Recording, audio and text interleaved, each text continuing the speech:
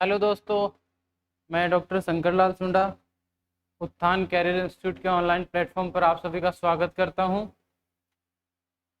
आज की इस क्लास में, इस सेशन में मैं आप लोगों के लिए लेके आया हूं जो आपका बहुत इम्पोर्टेंट टॉपिक है, उर्वरक।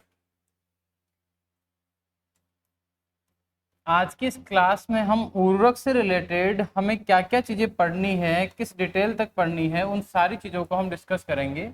देखो, ध्यान देने की बात यह है कि किसी भी टॉपिक को पढ़ने से पहले हमारे माइंड में ये चीज़ क्लियर होनी चाहिए कि इस टॉपिक के अंदर से क्वेश्चन कहाँ कहाँ से आते हैं। अगर ये चीज़ हमारे माइंड में क्लियर हो जाती है तो उसके बाद में हम ज़्यादा चांसेस रहते हैं हमारे कि हम क्वेश्चनों को ज़्यादा अच्छे से अटेम्प्ट कर पाएँ। तो मेरा मानना है कि किसी भी टॉपिक को जब हम स्टडी स्टार्ट करते हैं उससे पहले हमें ये क्लियर कर लेना चाहिए कि इस टॉपिक में से कितने क्वेश्चन आ रहे हैं, उन क्वेश्चनों का पैटर्न क्या रहता है।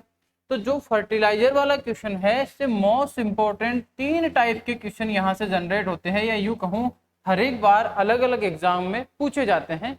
मुख्यतया वैसे क्वेश्चन बहुत बनते हैं, लेकिन उनका जो पैटर्न होता है, तरीका होता है, मेनली वो 3 टाइप का है।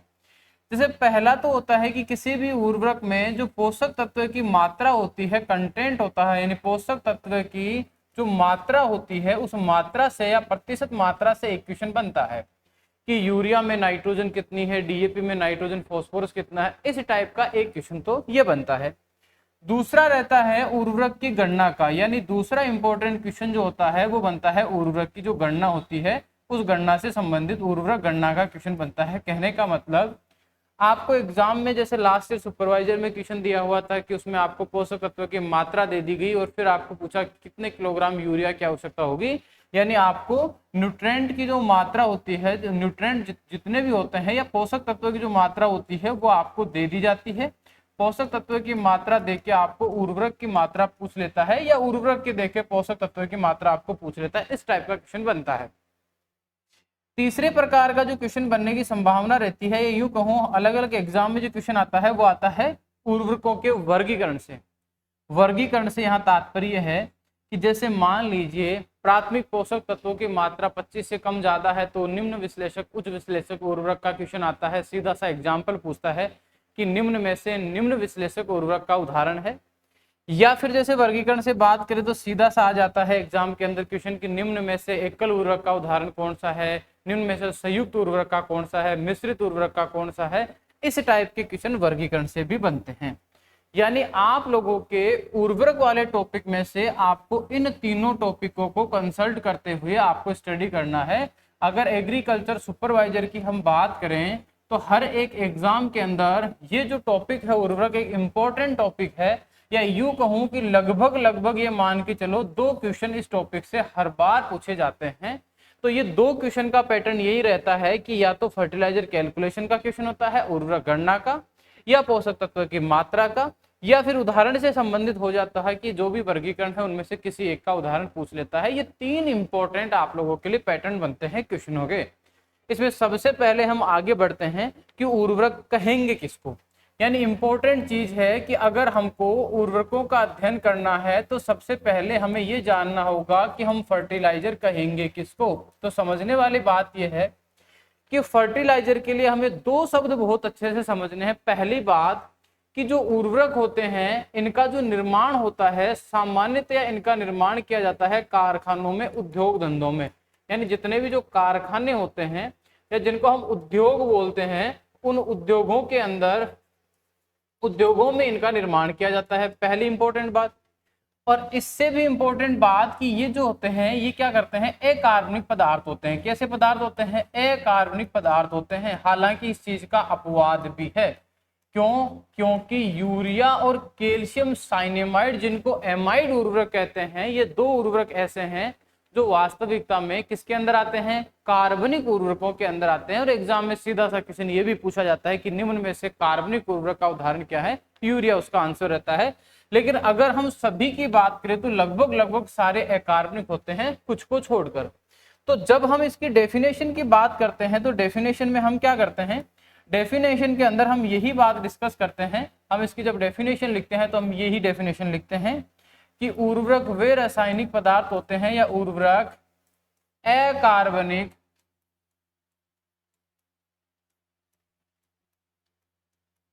अकार्बनिक रासायनिक पदार्थ होते हैं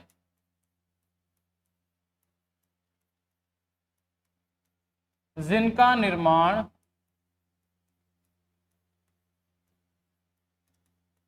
उद्योगों में किया जाता है, उन्हें क्या कहते हैं? उर्वरक कहेंगे, पहली चीज।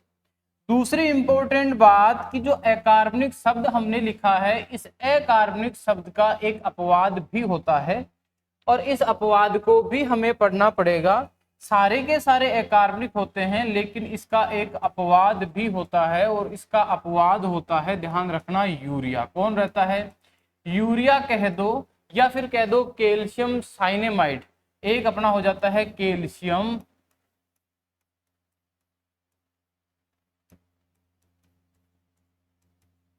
साइनेमाइड।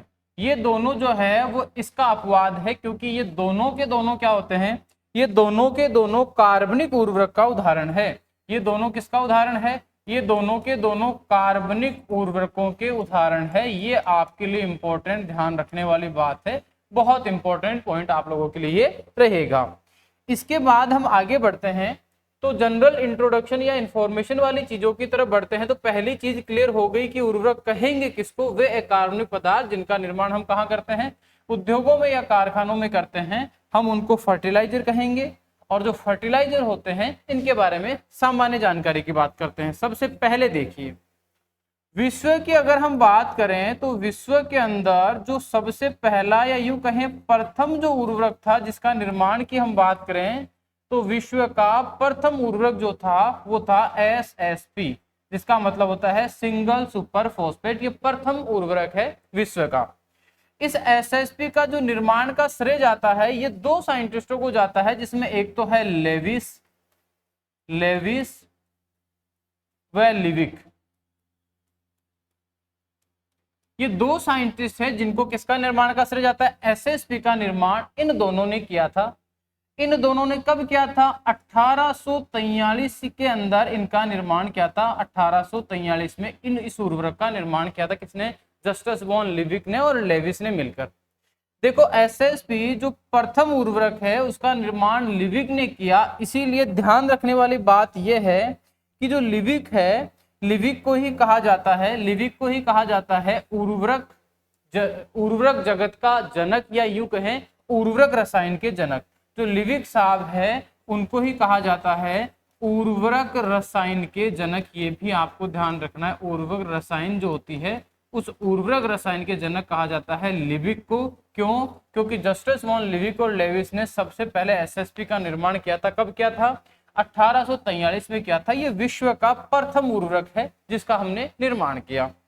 सेकेंड इंपॉर्टेंट चीज कि जो SSP है इसका निर्माण लेविस और लिविक ने मिलकर किया था। तो इन्होंने क्या किया था? जो राख होती है उस राख की क्रिया करवाई थी H2SO4 से। यानी सर्वप्रथम जब SSP बना था तो उसका निर्माण सामान्यतया कैसे हुआ था? उसका निर्माण का तरीका था राख की क्रिया H2SO4 से करके करवाई गई थी। यहां तक आपको कोई दिक्कत नहीं होगी। फिर बात करें भारत की, ये तो विश्व की बात हो गई। इसी तरीके से हम जब बात करें कि सर भारत के अंदर सबसे पहला उर्वरक कौन सा था, तो ध्यान देना भारत की अगर हम बात करें तो भारत का प्रथम उर्वरक भी, याद रखना दोस्तों, भारत का प्रथम उर्वरक भी जो था SSP ही था।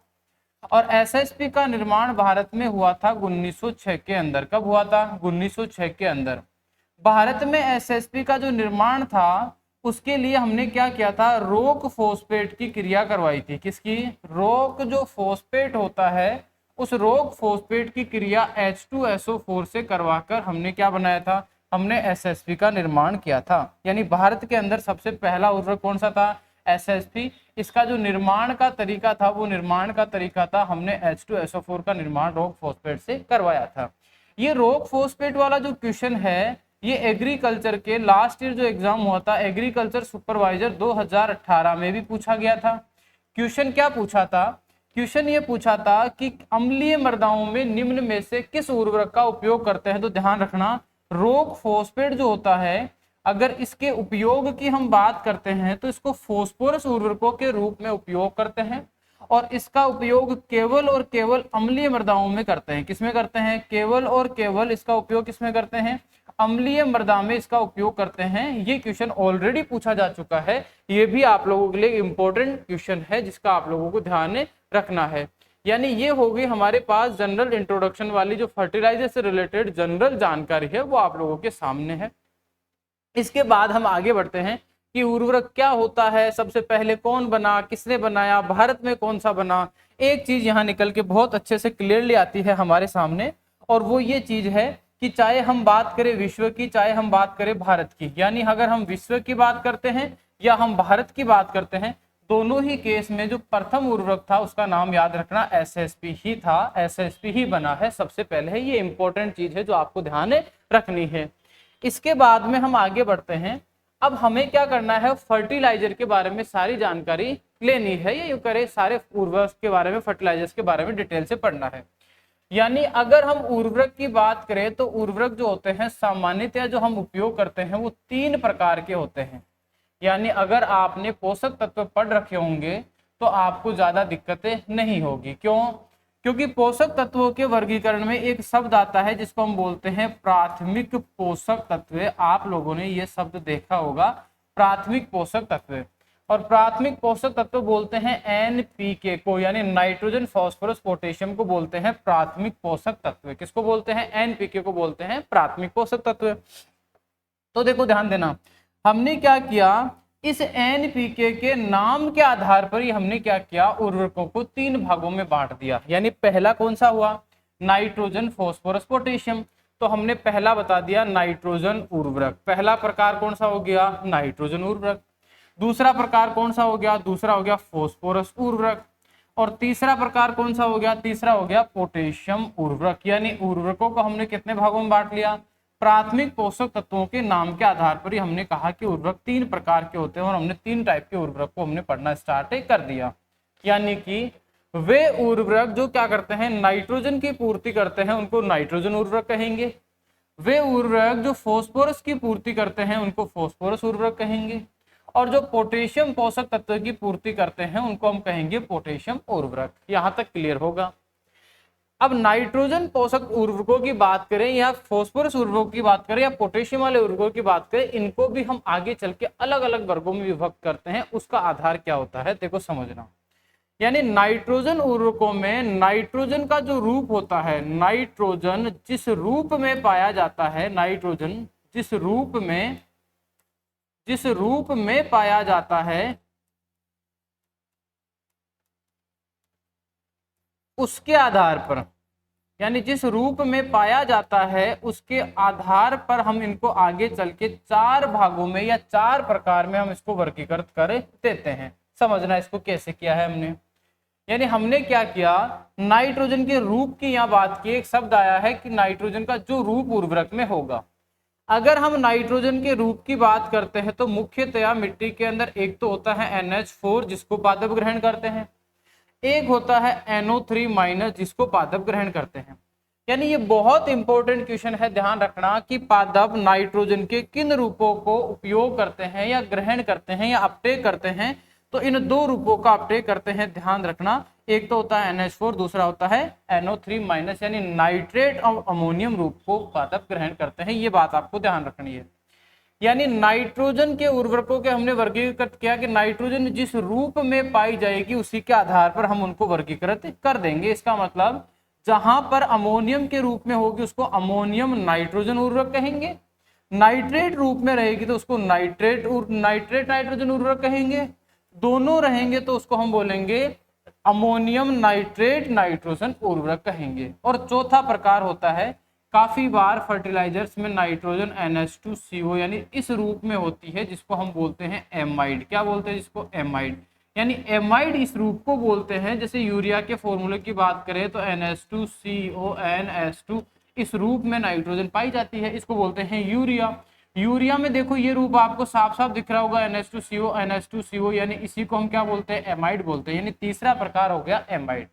यानी नाइट्रोजन जिस रूप में होगी उसी के आधार पर हमने नाइट्रोजन वाले उर्वरकों को कितने भागों में बांट दिया है? हमने बांट दिया है 4 भागों में। पहला जो प्रकार होता है वो तो होता है NH4, यानी अगर मान लो उर्वरक में नाइट्रोजन NH4 में हुई तो उसको बोल देते हैं हम लोग अमोनियम उर्वरक। क्या बोल देते हैं? अमोनियम नाइट्रोजन उर्वरक। ये पहला प्रकार हो जाता है। दूसरा प्रकार क्या होता है? सेकंड प्रकार की बात करते हैं। तो सेकंड प्रकार, मान लो उर्वरक के अंदर नाइट्रोजन नाइट्रेट के रूप में है तो हम उसको बोल देते हैं नाइट्रेट नाइट्रोजन उर्वरक, हम उसको बोल देंगे। या फिर जैसे मान लीजिए थर्ड प्रकार की तरफ हम चलते हैं, तो तीसरे नंबर मान लो दोनों ही रूप उपस्थित है उर्वरक में, तो अगर दोनों रूप है तो हम कह देंगे अमोनियम व नाइट्रेट नाइट्रोजन उर्वरक। ये तीसरा प्रकार हो गया। और मान लीजिए उर्वरक के अंदर जो नाइट्रोजन है वो है एमाइड रूप में उपस्थित है, तो चौथे नंबर पर बोल देते हैं एमाइड नाइट्रोजन उर्वरक। क्या बोल देते हैं?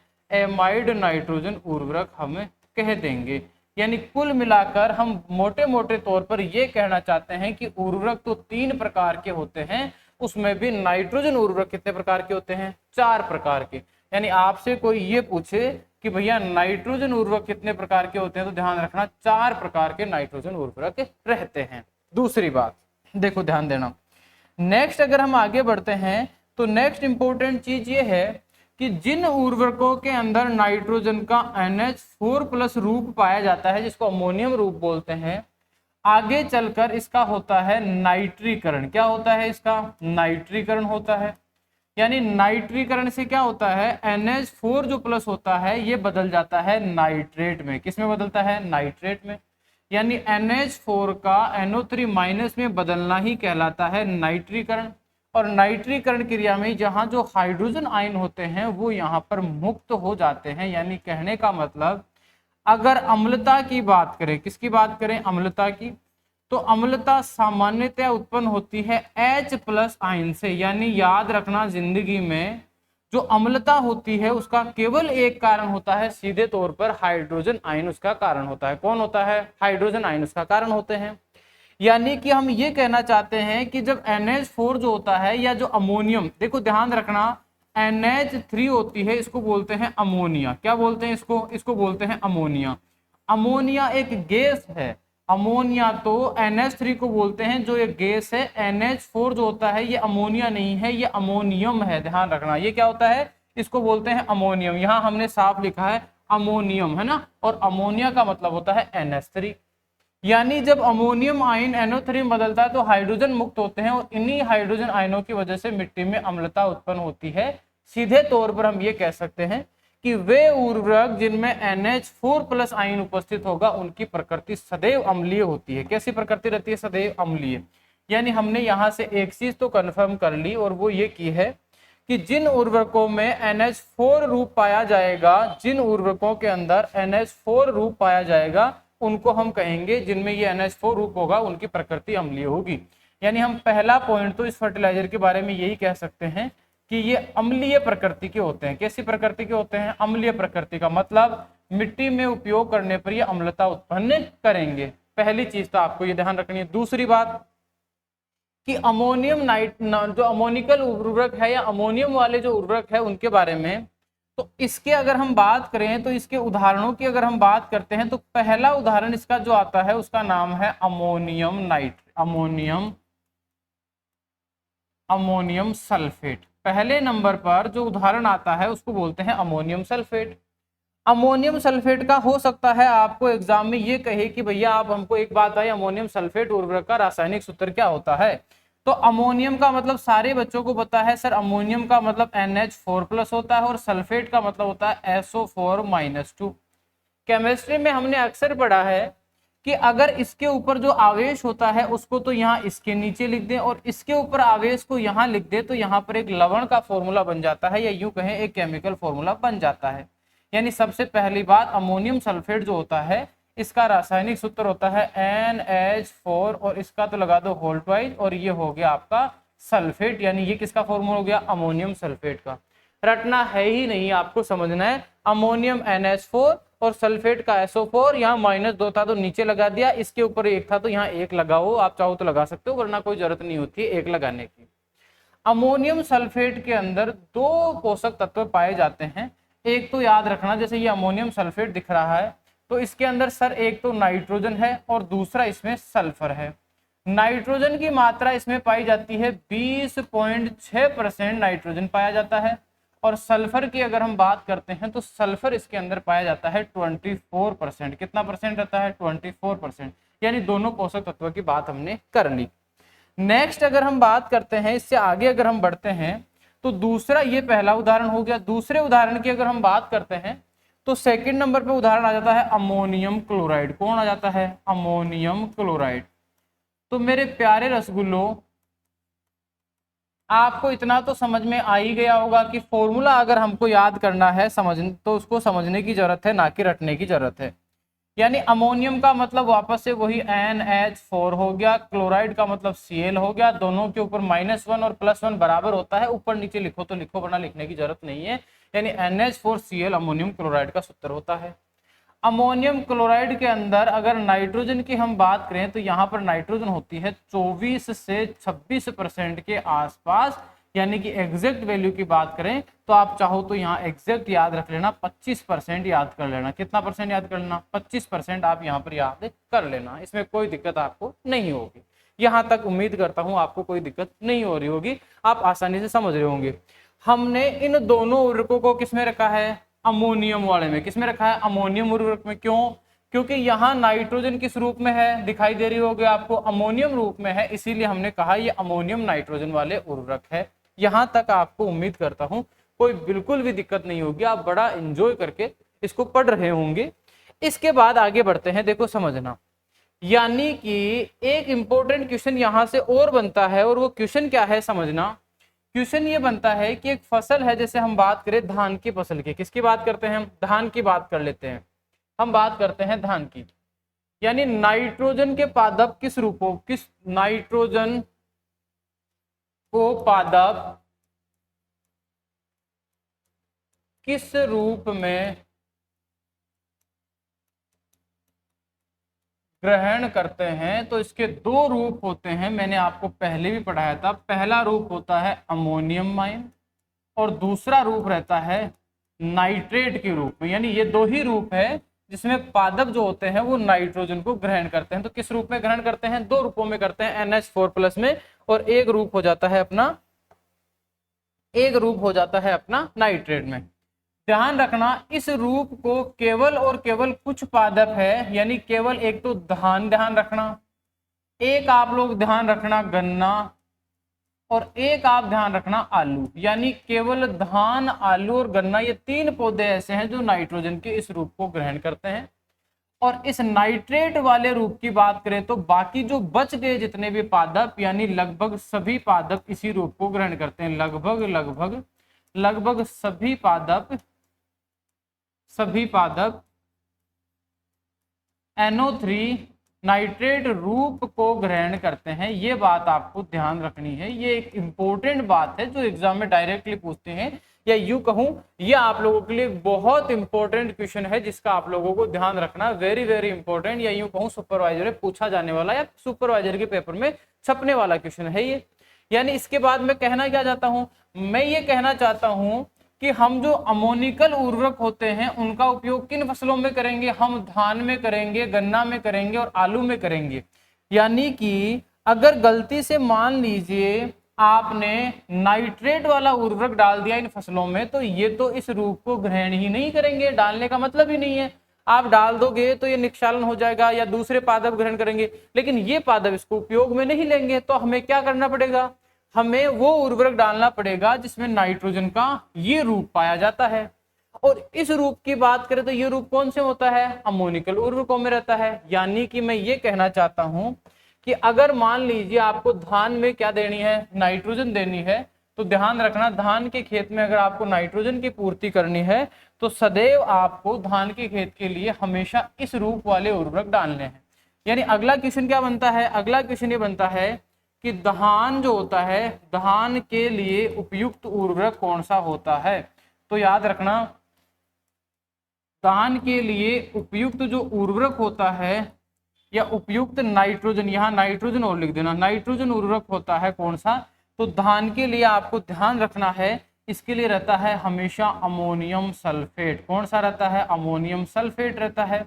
और इसके अलावा सेकंड नंबर पे कौन सा होता है? इसके बाद हम करेंगे अमोनियम क्लोराइड का उपयोग। किसका करेंगे? इसके बाद हम करेंगे अमोनियम क्लोराइड का उपयोग। अमोनियम क्लोराइड का उपयोग करेंगे। क्यों करेंगे? क्योंकि धान अमोनियम रूप में ग्रहण करता है, ये डालोगे धान इसका उपयोग कर लेगा। दूसरी इंपॉर्टेंट चीज, यानी कि मैंने थोड़ी देर पहले आपको कहा था कि ये NH4 है, ऑक्सीजन की उपस्थिति में ये बदल जाता है नाइट्राइट में। किस में बदल जाता है? नाइट्राइट में। यानी अमोनियम आयन का नाइट्राइट में बदलने की क्रिया को हमने नाम दिया था नाइट्रीकरण। क्या नाम दिया था? नाइट्रीकरण नाम दिया था। इसमें मैंने साफ साफ लिखा है कि ऑक्सीजन होना अति आवश्यक है, अन्यथा नाइट्रीकरण नहीं होगा। ऑक्सीजन नहीं है तो नाइट्रीकरण भी नहीं होगा। यानी कि धान के खेत की अगर हम बात करें तो धान के खेत में यहाँ पर दो क्षेत्र बनते हैं। दो कौन से क्षेत्र बनते हैं? जैसे ये धान का खेत है और धान के ऊपर की तरफ हम बात करें तो मान लीजिए ये धान के खेत में पानी भरा हुआ है। यानी यहाँ धान के खेत में क्या भरा हुआ है? ये पानी भरा हुआ है। धान के खेत में हमने पानी भरा हुआ है। तो जब पानी अगर खेत में भरा हुआ है तो जो ऑक्सीजन होती है ये नीचे की तरफ नहीं जा पाएगी, यानी मिट्टी में नीचे ऑक्सीजन की कमी होगी। तो आपने दो शब्द सुने होंगे, एक तो आपने सुना होगा ऑक्सीकरण। क्या सुना होगा? ऑक्सीकरण। और एक आपने सुना होगा अपचयन। क्या सुना होगा? अपचयन। ऑक्सीकरण का मतलब होता है ऑक्सीजन का जुड़ना और अपचयन का मतलब होता है ऑक्सीजन का निकलना। यानी किसी भी यौगिक के साथ यदि ऑक्सीजन जुड़ती है तब हम उसको बोलते हैं ऑक्सीकरण, और अगर निकलती है तो उसको क्या बोलते हैं? अपचयन। यानी कि होता क्या है, धान के खेत में पानी की परत के जस्ट नीचे थोड़ी सी कुछ mm की, यूं मान के चलो 2-4 mm की मिट्टी यहाँ पर ऐसी होती है जहां ऑक्सीजन पाई जाती है। यानी यहाँ ऑक्सीजन उपस्थित होने की वजह से इस क्षेत्र को हम बोलते हैं ऑक्सीकृत क्षेत्र। यानी ऐसा क्षेत्र, ऑक्सीकृत क्षेत्र, ऐसा क्षेत्र जहां पर ऑक्सीजन उपस्थित होती है, उस क्षेत्र को बोलते हैं ऑक्सीकृत क्षेत्र। और इसके जस्ट नीचे की अगर हम बात करें तो इस क्षेत्र के नीचे ऑक्सीजन उपस्थित नहीं होगी, तो इस वाले भाग को जो नीचे बच जाता है इसको बोलते हैं अपचयन क्षेत्र। क्या बोल देते हैं इसको? इसको बोलते हैं अपचयन क्षेत्र या अपचयित क्षेत्र। अब धान के खेत में आपको पता है कि नाइट्रोजन हमको अमोनियम सल्फेट से देनी है। अमोनियम सल्फेट को आपने मान लो ऑक्सीकृत क्षेत्र में डाल दिया। किस में डाला? ऑक्सीकृत क्षेत्र में। तो ऑक्सीकृत क्षेत्र में तो आपको पता है ऑक्सीजन पाई जाती है, यानी कि होगा क्या? अमोनियम के साथ ऑक्सीजन जुड़ेगी और नाइट्रेट बना देगी, यहाँ नाइट्रेट बन जाएगा और उस नाइट्रेट का धान उपयोग नहीं कर सकता है। यानी कि ऑक्सीकृत जोन में अगर हमने उर्वरक डाला तो किसी काम का नहीं रहेगा, हमारे उर्वरक की हानि हो जाएगी। फिर क्या करें सर? मान लो आपने उर्वरक को इस क्षेत्र में डाल दिया जिसको हम बोलते हैं अपचयित क्षेत्र। क्या बोलते हैं इसको? अपचयन क्षेत्र बोलते हैं। यहां जब हम डालते हैं फर्टिलाइजर को तो यहां पर ऑक्सीजन जो है, ऑक्सीजन अनुपस्थित है, या यूं कहें ऑक्सीजन उपस्थित ही नहीं है, यहां पर ऑक्सीजन नहीं है। अगर यहाँ ऑक्सीजन नहीं है तो क्या होगा? ये इसी रूप में रहेगा। क्यों? क्योंकि इसका नाइट्रीकरण कब होगा? जब यहाँ ऑक्सीजन होगी तभी इसका नाइट्रीकरण होगा, यानी नाइट्रीकरण रुक जाएगा। और नाइट्रीकरण नहीं होगा तो याद रखना धान के लिए अमोनियम आयन उपलब्ध रहेगा, धान इसका उपयोग कर लेगा। तो सीधा सा क्वेश्चन आता है कि धान के खेत में आप अमोनियम सल्फेट डालोगे तो कौन से क्षेत्र में डालोगे? अरे बच्चों दो ही तो क्षेत्र है, एक ऑक्सीकृत है और दूसरा अपचयन है। आपको पता है कौन से क्षेत्र में डालना है? अपचयन क्षेत्र में डालना है। यानी बहुत आसान सा एक और क्वेश्चन आपके लिए बन जाता है। क्वेश्चन क्या बन जाता है कि धान के खेत में उर्वरक किस में डालते हैं? धान के खेत में नाइट्रोजन उर्वरक अपचयन क्षेत्र में डालते हैं। कौन से में? अपचयन क्षेत्र में डालते हैं। ये आपको ध्यान रखने वाले 3 क्वेश्चन हैं। ये तीनों बहुत इंपॉर्टेंट है, या यूं कहूं एग्जाम में छपने वाले क्वेश्चन है, जो मैंने आपको बहुत अच्छे से एक्सप्लेन कर दिया है। उम्मीद करता हूं आपको ये बात बहुत अच्छे से समझ में आ गई होगी। पीछे जगह नहीं थी इसलिए मैंने इनको अलग से एक्सप्लेन किया है। यानी पहला हो गया NH4 अमोनियम आयन। हो सकता है आपको बड़े बड़े नोट्स मिलते हों, लेकिन मैं शॉर्ट में समझाया है आपको कि वे उर्वरक जिनमें नाइट्रोजन NH4 रूप में होगी उनको बोलते हैं अमोनियम नाइट्रोजन उर्वरक। और ये इसके मैंने एग्जाम्पल लिखवा दी कि इसमें कितना % क्या होता है, ये चीज मैंने यहीं पर मेंशन कर दी है। इसके बाद आगे बढ़ते हैं। नेक्स्ट अगर हम बात करें तो अगला जो प्रकार आता है वो आ जाता है नाइट्रेट नाइट्रोजन उर्वरक का। कौन सा आ जाता है? नाइट्रेट नाइट्रोजन उर्वरक का अगला एग्जाम्पल आ जाता है। देखो ध्यान देना, यानी अगले की हम बात करें तो कौन सा आ जाता है अगला? नाइट्रेट नाइट्रोजन उर्वरक। यानी पहली बात तो ये कि NO3 माइनस जो होता है इसकी खुद की कोई प्रकृति नहीं रहती है, यूं कहें ये सामान्यतया क्षारीय प्रकृति का होता है। क्यों? क्योंकि ये माइनस है और इसके साथ सामान्यतया तो कैल्शियम या पोटेशियम या जैसे सोडियम जुड़ा हुआ रहता है। और ये तीनों के तीनों जो तत्व होते हैं, इन तत्वों की प्रकृति की बात करें तो ये तत्व क्षारीय प्रकृति के होते हैं। कैसे तत्व है ये? क्षारीय धातु तत्व है। यानी अगर हमने इनका मिट्टी में उपयोग किया, जैसे मान लो एक है सोडियम नाइट्रेट, उर्वरक कौन सा है? Sodium nitrate. इसमें नाइट्रोजन किस रूप में है? नाइट्रेट रूप में। तो किस में आ जाएगा? नाइट्रेट उर्वरकों के अंदर आ जाएगा ये। अब जैसे ये दो आयनों में टूटेगा तो ये तो हो गया NO3 माइनस, इसको तो पादप ग्रहण कर लेंगे, यानी ये तो खत्म। पीछे क्या बच गया? सोडियम। और सोडियम कैसा रहता है? सोडियम एक प्रकार की क्षारीय धातु है, यानी कि मिट्टी के ऊपर कौन सा प्रभाव आएगा? क्षारीय प्रभाव आएगा। इसका मतलब क्या हुआ? इसका मतलब ये हुआ बेटा, सीधे सीधे तौर पर हम कहें तो कि जिस तरह से अमोनियम उर्वरकों की प्रकृति अम्लीय होती है, वैसे ही क्षारीय उर्वरकों की प्रकृति कैसी रहती है? नाइट्रेट उर्वरकों की प्रकृति क्षारीय रहती है। कैसी रहती है? क्षारीय प्रकृति के ये होते हैं। पहली चीज, अगर मिट्टी में इनका उपयोग करते हैं लगातार तो क्षारीय प्रभाव इनका आएगा। दूसरी बात हम बात करते हैं, ज्यादातर हम इनका उपयोग क्यों करते हैं? क्योंकि सामान्यतया पौधे नाइट्रोजन को इसी रूप में ग्रहण करते हैं। अगर हम बात करें इनके उदाहरणों की तो समझना मेरी बात। जैसे पहला उदाहरण हो जाता है पोटेशियम नाइट्रेट। क्या हो गया? Potassium nitrate. चाहो तो नाम भी लिख सकते हो पोटेशियम नाइट्रेट। इसमें दो पोषक तत्व है, पोटेशियम और नाइट्रेट। इसी तरह से जैसे और एग्जांपल्स की बात करते हैं तो एक हो जाता है जिसको अपन बोलते हैं कैल्शियम नाइट्रेट। क्या हो जाता है? Calcium nitrate. देखो कैल्शियम पर 2+ होता है तो इसके मैंने 2+ लगा दिया है। ऐसे ही एक उर्वरक होता है जिसको अपन बोल देते हैं सामान्यतया पोटेशियम नाइट्रेट, कैल्शियम नाइट्रेट। एक हो जाता है सोडियम नाइट्रेट। क्या हो जाता है? Sodium nitrate. यानी नाइट्रेट वाले उर्वरकों में मैंने आपको 3 एग्जाम्पल लिखवाया, सोडियम नाइट्रेट, कैल्शियम नाइट्रेट और पोटेशियम नाइट्रेट। अरे सोडियम नाइट्रेट का नाम ऐसे ही तो लिखोगे, ये लिख दिया मैंने सोडियम, ये तो हो गया सोडियम। अगला हो जाता है नाइट्रेट। क्या हो जाता है? Sodium nitrate. सोडियम की हम बात करते हैं तो सोडियम से स्टार्ट हो रहा है, यानी सोडियम नाइट्रेट के अंदर नाइट्रोजन जो होता है वो 16% होता है। यानी याद रखना, से क्या बना दो? 16। सोडियम में कितना होता है? 16। सोडियम में कितना होता है? 16। और कैल्शियम नाइट्रेट में जस्ट इससे थोड़ा सा कम होता है, यानी कि इसमें होता है 15.5%। ये दोनों याद करने में कोई दिक्कत नहीं होनी चाहिए कि सर सोडियम यानी से स्टार्ट हुआ तो 16 बना दिया, सोडियम से 16, सोडियम से क्या बनाया? 16%। और 16 से आधा % कम यानी 15.5 होता है कैल्शियम नाइट्रेट के अंदर।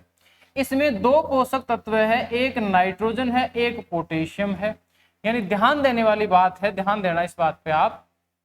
अगर इसकी हम बात करते हैं सामान्यतया तो इसके अंदर नाइट्रोजन की मात्रा लगभग रहती है 13% और पोटेशियम की मात्रा रहती है 44%। कितने % रहती है? 44%। क्यों? क्योंकि इसमें दो पोषक तत्व है पोटेशियम नाइट्रेट में, इसको साल्ट पीटर भी नाम देते हैं पोटेशियम नाइट्रेट को। इन तीनों की प्रकृति कैसी रहती है? इन तीनों की प्रकृति रहती है क्षारीय। कैसी रहती है? क्षारीय प्रकृति की ये तीनों फर्टिलाइजर रहते हैं। ये भी आप लोगों को ध्यान रखने वाली इंपॉर्टेंट बात है।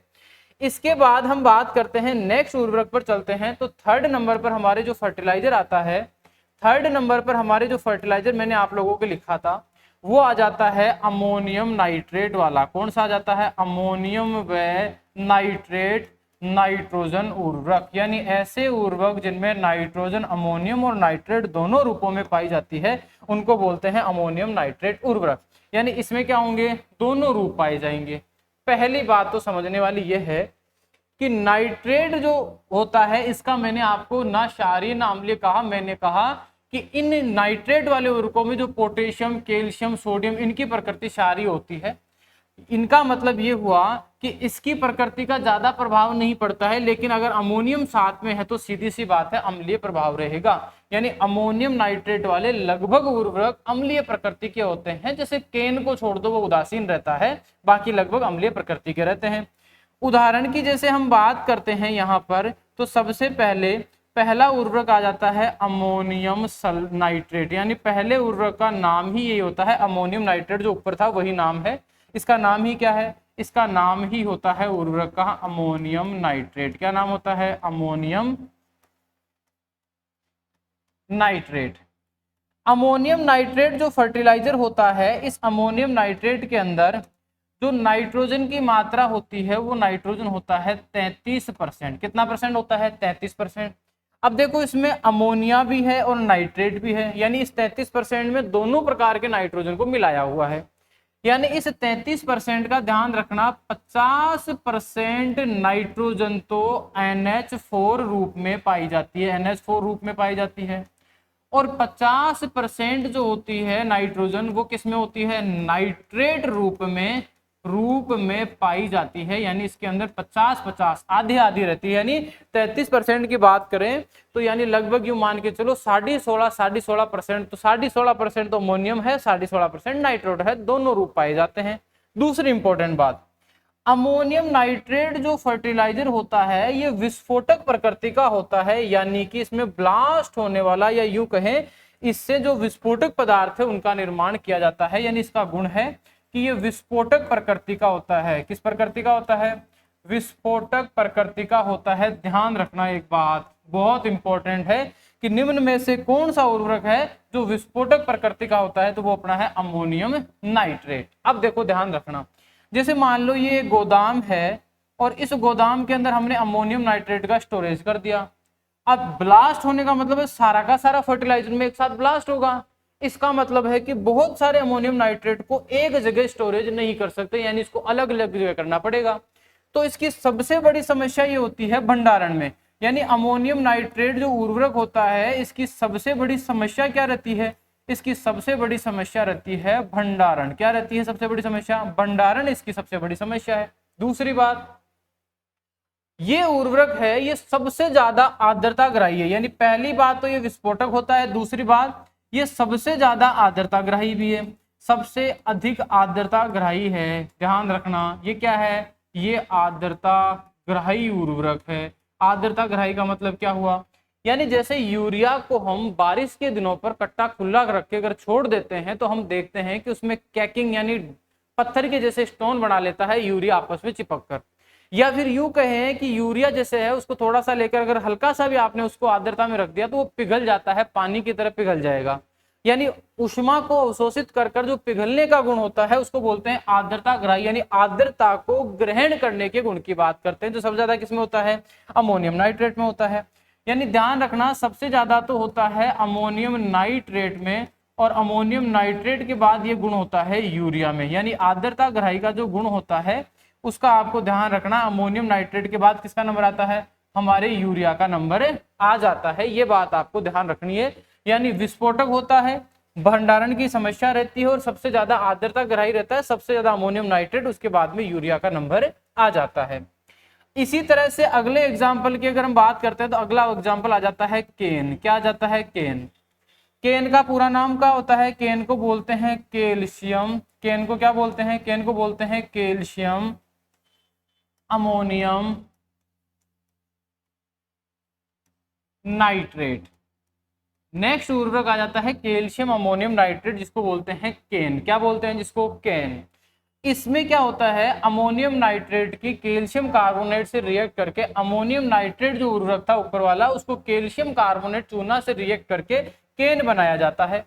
यानी इसकी प्रकृति अम्लीय थी, उसमें चूना मिलाया तो दोनों की प्रकृति उदासीन हो जाती है। ध्यान रखना केन एक ऐसा उर्वरक है जो उदासीन होता है। यानी ये कैसी प्रकृति का रहता है, ये उदासीन उर्वरक है, ना तो इसका अम्लीय प्रभाव रहता है ना ही इसका क्षारीय प्रभाव रहता है। दूसरी बात, केन को एक नाम भी दिया हुआ है, किसान खाद बोलते हैं इसको। क्या बोलते हैं, किसान खाद।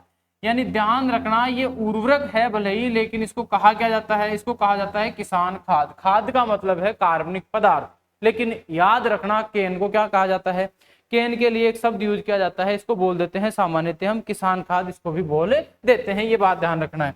यानी प्रकृति उदासीन है, किसान खाद इसको कहेंगे। अमोनियम नाइट्रेट इसका पूरा नाम है और इसके अंदर नाइट्रोजन की जो मात्रा है वो लगभग होती है 26% नाइट्रोजन पाई जाती है। कितने परसेंट?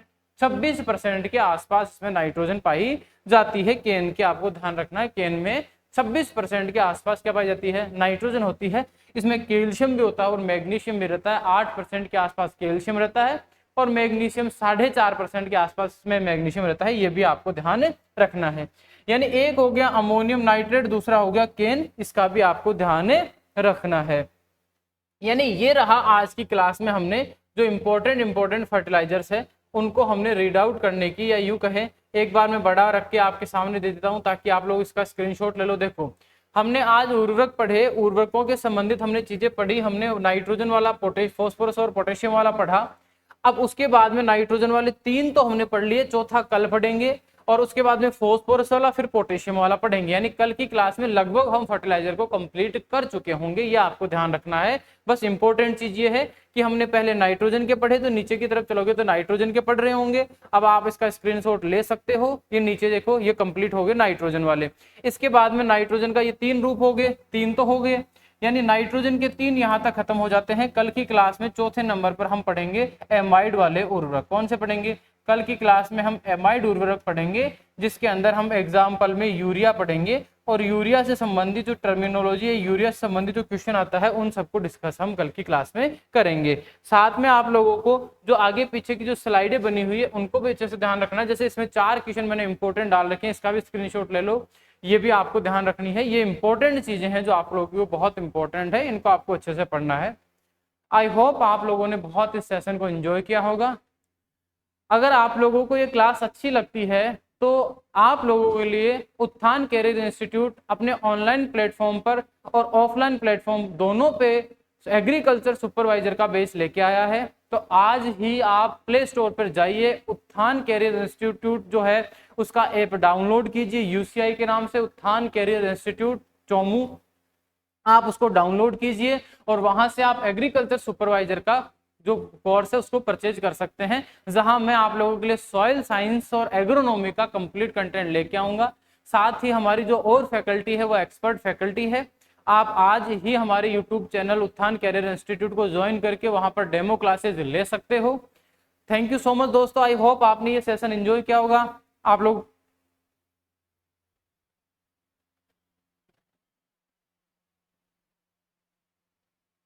Thank you.